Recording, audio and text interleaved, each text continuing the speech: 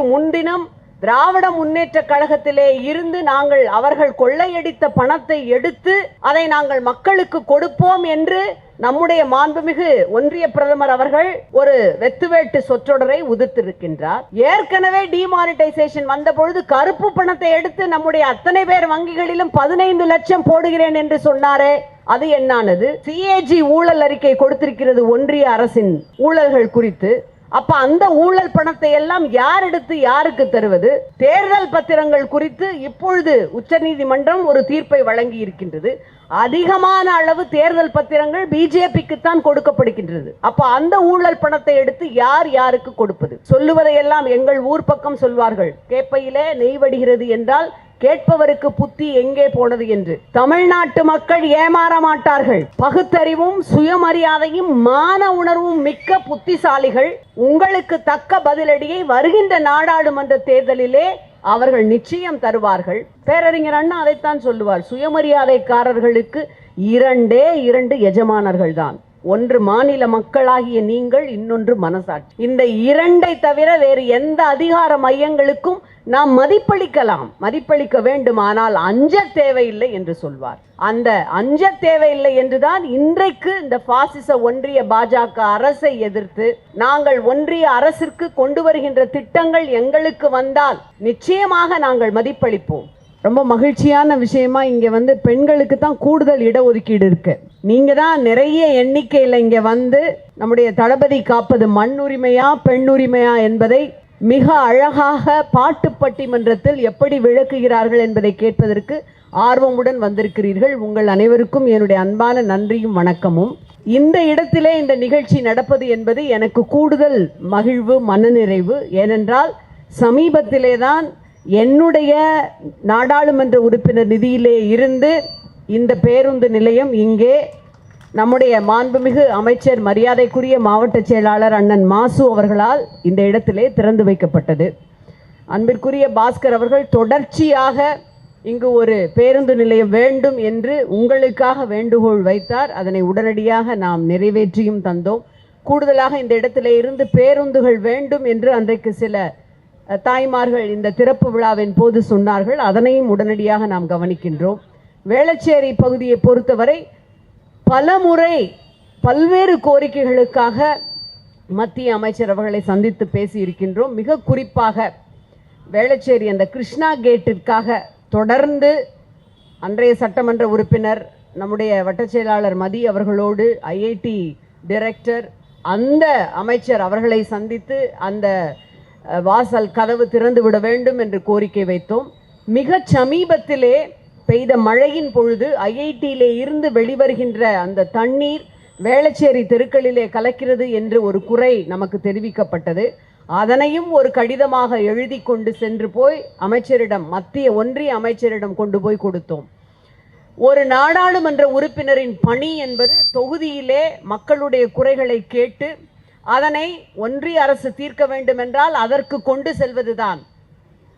அதற்கு எங்களுக்கு வழிகாட்டியாக இருப்பது முத்தமிழறிஞர் தலைவர் கலைஞரும் மண்ணுரிமை காக்கின்ற நம்முடைய மாண்புமிகு முதலமைச்சர் மரியாதைக்குரிய தளபதி அவர்களும் தான். ஆகவேதான் இந்த தலைப்பு மண்ணுரிமை காப்பதும் பெண்ணுரிமை காப்பதும்.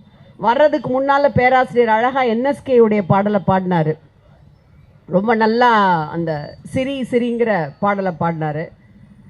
அவருக்கும் தலைவர் கலைஞருக்கும் நடந்த ஒரு முக்கியமான ஒரு இன்ட்ரெஸ்டிங்கான ஒரு சம்பவம் உண்டு.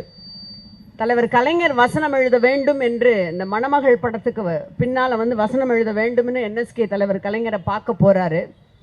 எழுதிக்கிட்டு இருக்கிற கலைஞர் வரவேற்று உட்கார வச்சு பேசிகிட்டு இருக்கிறப்போ அடுத்த படத்துக்கு நீங்கள் தான் எனக்கு எழுதி தரணும்னு கேட்குறாரு.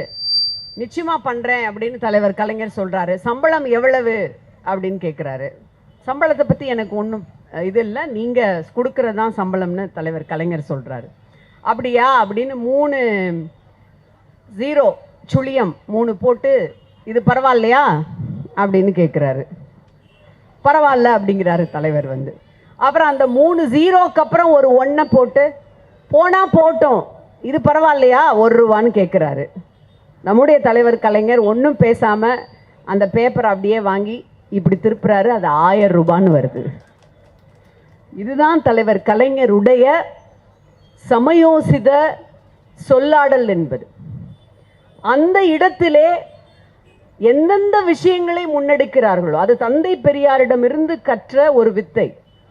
நீங்கள் ஏன் கடவுள் நம்பிக்கை உங்களுக்கு இல்லை, ஏன் நீங்கள் கோயிலுக்குள் நுழைய வேண்டும் என்று உரிமை கேட்கிறீர்கள் என்று தந்தை பெரியாரிடம் கேட்ட பொழுது அவர் சொன்ன பதில், நான் பக்தனாக கற்பகிரகத்திற்குள் இருக்க வேண்டும் என்பதற்காக அந்த உரிமையை கேட்கவில்லை, நான் சூத்திரனாக இருக்கக்கூடாது என்பதற்காக அந்த உரிமையை கேட்கிறேன் என்று பதில் சொன்னார். இதுல இருந்து தான் எடுக்கிறாங்க. பெண் உரிமையாகட்டும், அது மண் உரிமையாகட்டும். பெண் உரிமை என்றால் ஒரு குடும்பத்துக்கு அத்தனையும் ஒரு சகோதரனாக நம்முடைய மாண்புமிகு முதலமைச்சர் நாம் யாரிடமும் கையேந்து நிற்க வேண்டாம், மாத செலவுகளுக்கு என்று 1000 ரூபாய் கொடுக்கின்றார். நம்முடைய குழந்தைகள் பெண் குழந்தைகளாக இருக்கும் பட்சத்தில் +2 அரசு பள்ளியிலே பயின்றால் உயர்கல்விக்கு அரசு செலவை ஏற்பதோடு அந்த குழந்தைகளுக்கும் மாதம் 1000 ரூபாய் தருகின்றார்.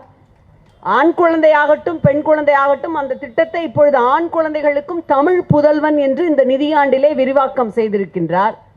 எந்த குழந்தையாக இருந்தாலும் பரவாயில்லை, பசித்த வயிறோடு படிக்கக்கூடாது என்று காலை உணவு திட்டத்தை தருகின்றார். இத்தனையும் இந்த மண்ணிலே இருக்கின்ற தமிழர்களாகிய தமிழச்சிகளாகிய நாம் உரிமையோடு தன்மானத்தோடு தலை நிமிர்ந்து வாழ வேண்டும் என்பதற்காக. பேரறிஞர் அண்ணா அதைத்தான் சொல்லுவார், சுயமரியாதைக்காரர்களுக்கு 2 எஜமானர்கள் தான், ஒன்று மாநில மக்களாகிய நீங்கள், இன்னொன்று மனசாட்சி. இந்த 2ஐ தவிர வேறு எந்த அதிகார மையங்களுக்கும் நாம் மதிப்பளிக்க வேண்டும், ஆனால் அஞ்ச தேவையில்லை என்று சொல்வார். அந்த அஞ்ச தேவையில்லை என்றுதான் இன்றைக்கு இந்த பாசிச ஒன்றிய பாஜக அரசை எதிர்த்து நாங்கள் ஒன்றிய அரசிற்கு கொண்டு வருகின்ற திட்டங்கள் எங்களுக்கு வந்தால் நிச்சயமாக நாங்கள் மதிப்பளிப்போம். நேற்றைக்கு முன்தினம் திராவிட முன்னேற்ற கழகத்திலே இருந்து நாங்கள் அவர்கள் கொள்ளையடித்த பணத்தை எடுத்து அதை நாங்கள் மக்களுக்கு கொடுப்போம் என்று நம்முடைய மாண்புமிகு ஒன்றிய பிரதமர் அவர்கள் ஒரு வெத்துவேட்டு சொற்றொடரை உதிர்த்திருக்கின்றார். ஏற்கனவே டிமானிட்டைசேஷன் வந்த பொழுது கருப்பு பணத்தை எடுத்து நம்முடைய அத்தனை பேர் வங்கிகளிலும் 15 லட்சம் போடுகிறேன் என்று சொன்னாரே, அது என்னானது? சிஏஜி ஊழல் அறிக்கை கொடுத்திருக்கிறது ஒன்றிய அரசின் ஊழல்கள் குறித்து. அப்ப அந்த ஊழல் பணத்தை எல்லாம் யார் எடுத்து யாருக்கு தருவது? தேர்தல் பத்திரங்கள் குறித்து இப்பொழுது உச்சநீதிமன்றம் ஒரு தீர்ப்பை வழங்கி இருக்கின்றது. அதிகமான அளவு தேர்தல் பத்திரங்கள் பிஜேபிக்கு தான் கொடுக்கப்படுகின்றது. அப்ப அந்த ஊழல் பணத்தை எடுத்து யார் யாருக்கு கொடுப்பது? சொல்லுவதையெல்லாம் எங்கள் ஊர் பக்கம் சொல்வார்கள், கேப்பையிலே நெய் வடிகிறது என்றால் கேட்பவருக்கு புத்தி எங்கே போனது என்று. தமிழ்நாட்டு மக்கள் ஏமாற மாட்டார்கள். பகுத்தறிவும் சுயமரியாதையும் மான உணர்வும் மிக்க புத்திசாலிகள். உங்களுக்கு தக்க பதிலடியை வருகின்ற நாடாளுமன்ற தேர்தலிலே அவர்கள் நிச்சயம் தருவார்கள். அந்த மக்கள் இன்றைக்கு கலை இலக்கியத்தின் வாயிலாக, குறிப்பாக இசையின் வாயிலாக நாம் கடந்து வந்த பாதை திராவிட மாடல் ஆட்சி குறித்து இந்த கலைஞர்கள் அழகாக தங்களுடைய வாதத்தை பிரதிவாதத்தை முன்வைப்பதை கேட்பதற்காக இங்கே கூடியிருக்கிறீர்கள். கேட்கின்ற விஷயங்களை மிக நன்றாக நீங்கள் ரசித்து மகிழும் பொழுது அதை உங்கள் இல்லத்திற்கும் எடுத்து சென்று அசை போடுங்கள். அக்கம் பக்கத்தவருக்கு பேராசிரியர் சொல்கின்ற கருத்துக்களை பகிர்ந்து கொள்ளுங்கள். எந்த தடத்தின் வழி வந்திருக்கின்றோம்? திராவிட முன்னேற்ற கழகம் என்பது என்றென்றைக்கும் நம்முடைய தமிழர்களுடைய மண் உரிமைக்கும் பெண் உரிமைக்கும் நிற்கின்றது. அதை 40லும் வெற்றி பெற செய்ய வேண்டும் என்கின்ற உறுதியோடு நாம் அனைவரும் இந்த இடத்திலே இருந்து திரும்பும் பொழுது உறுதியுடன் செல்வோம். நன்றி.